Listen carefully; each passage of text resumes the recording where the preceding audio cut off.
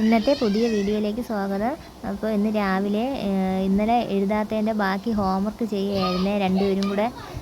അവർ രണ്ടുപേരും രാത്രി അങ്ങനെ കൂടുതലായിട്ടൊന്നും എഴുതൂല. പോവാൻ സമയമാകുമ്പോഴാണ് ഇതെല്ലാം ശ്രദ്ധിക്കുന്നത്. അപ്പോഴത്തേക്ക് 8:30 മണിയായി. നന്ദൂട്ടൻ്റെ വണ്ടി വന്നു. അവനെ പറഞ്ഞു വിട്ടിട്ട് ഞാൻ പിന്നെ തിരിച്ചു വന്നു. അപ്പോഴത്തേക്കും വീണ്ടും മഴ തുടങ്ങി. അപ്പോൾ ഞാൻ രാവിലെ വെപ്രാളത്തിൻ്റെ ഇടയിൽ കരിയേപ്പില ഒടിച്ചപ്പോഴത്തേക്കും അതിൻ്റെ കൊണ്ട മൊത്തത്തിൽ ഒടിഞ്ഞു പോയേ. അങ്ങനെ ഞാനാണെങ്കിൽ ഒരു പച്ച വാഴയിലയിൽ അത് കെട്ടി വച്ചിരുന്നാൽ ഒന്നും ചെയ്യൂല എന്നെല്ലാവരും പറഞ്ഞ് ഞാൻ കേട്ടിട്ടുണ്ട്. അപ്പോൾ പിന്നെ വാഴയില എടുത്തുകൊണ്ട് വന്ന് കരിയേപ്പില പൊതിഞ്ഞ് ഫ്രിഡ്ജിൽ കൊണ്ടുവച്ചു. അത് കഴിഞ്ഞ് അപ്പോഴത്തേക്കും അച്ചുവിന് വിശപ്പെന്ന് പറഞ്ഞ് ഇന്നലെ ചേട്ടൻ വന്നപ്പോൾ ബ്രെഡും ജാമും വാങ്ങിച്ചുകൊണ്ട് വന്നു. അപ്പോൾ അതിനെ എടുത്ത് രാവിലെ കൊടുത്തു. അപ്പോൾ അതും കഴിച്ചുകൊണ്ടാണ് അവൾ പോകുന്നത്. അവൾക്ക് രാവിലെ 9 മണിയാകുമ്പോൾ ബസ് വരും. അപ്പോൾ ഞാൻ താഴെ റോഡിൽ കൊണ്ടാക്കും. അപ്പോൾ അവൾ ബസ് കയറി പോവും. അത് കഴിഞ്ഞ് ഞാൻ കടയിലോട്ട് പോകാൻ ഇറങ്ങിയതാണ്. അപ്പോൾ ആ ക്ഷേത്രത്തിൻ്റെ ആ ഒരു വ്യൂ ആണ് ഞാൻ കാണിച്ചു തരുന്നത്. നമ്മളെ വീട്ടിൻ്റെ ഗേറ്റ് തുറന്ന് ഇറങ്ങി നോക്കുന്നത് ഭഗവാന്റെ അമ്പലമാണേ. കടയിൽ പോയി കുറച്ച് സാധനങ്ങളൊക്കെ വാങ്ങിക്കാനുണ്ടായിരുന്നു. അങ്ങനെ ഞാൻ കടയിൽ പോകാൻ വേണ്ടി ഇറങ്ങി. കടയിലെത്തി കുറച്ച് സാധനങ്ങളൊക്കെ വാങ്ങിച്ചു.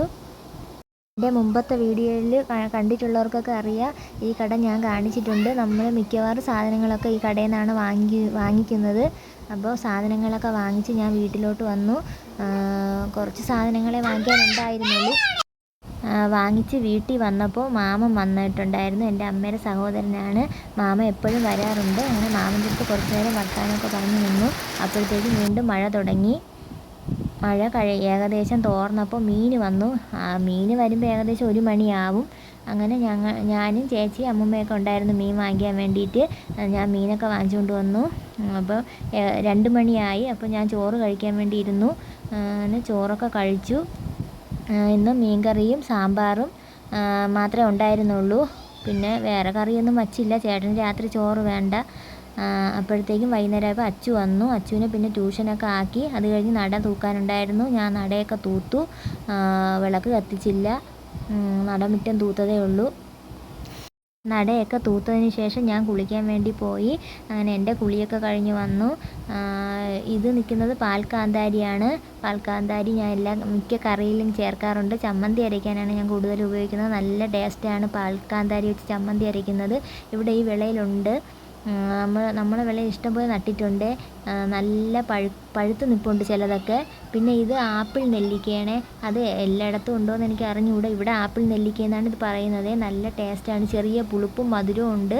അതിപ്പം പിടിച്ചിട്ടേ ഉള്ളൂ. നിറച്ച് കായ്ക്കും. നല്ല ഭംഗിയാണ് കാണാൻ വേണ്ടി. സാധാരണ ആപ്പിൾ നിൽക്കും പോലെ നിൽക്കും. നല്ല ടേസ്റ്റും ഉണ്ട്.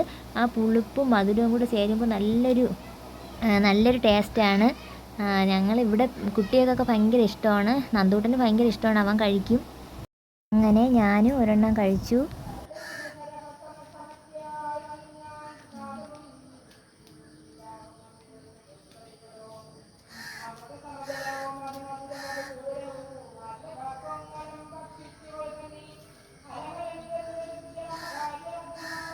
ഇവിടെ അമ്പലത്തിൽ രാമായണം വായിക്കുന്നതാണ് ഈ കേൾക്കുന്നത്.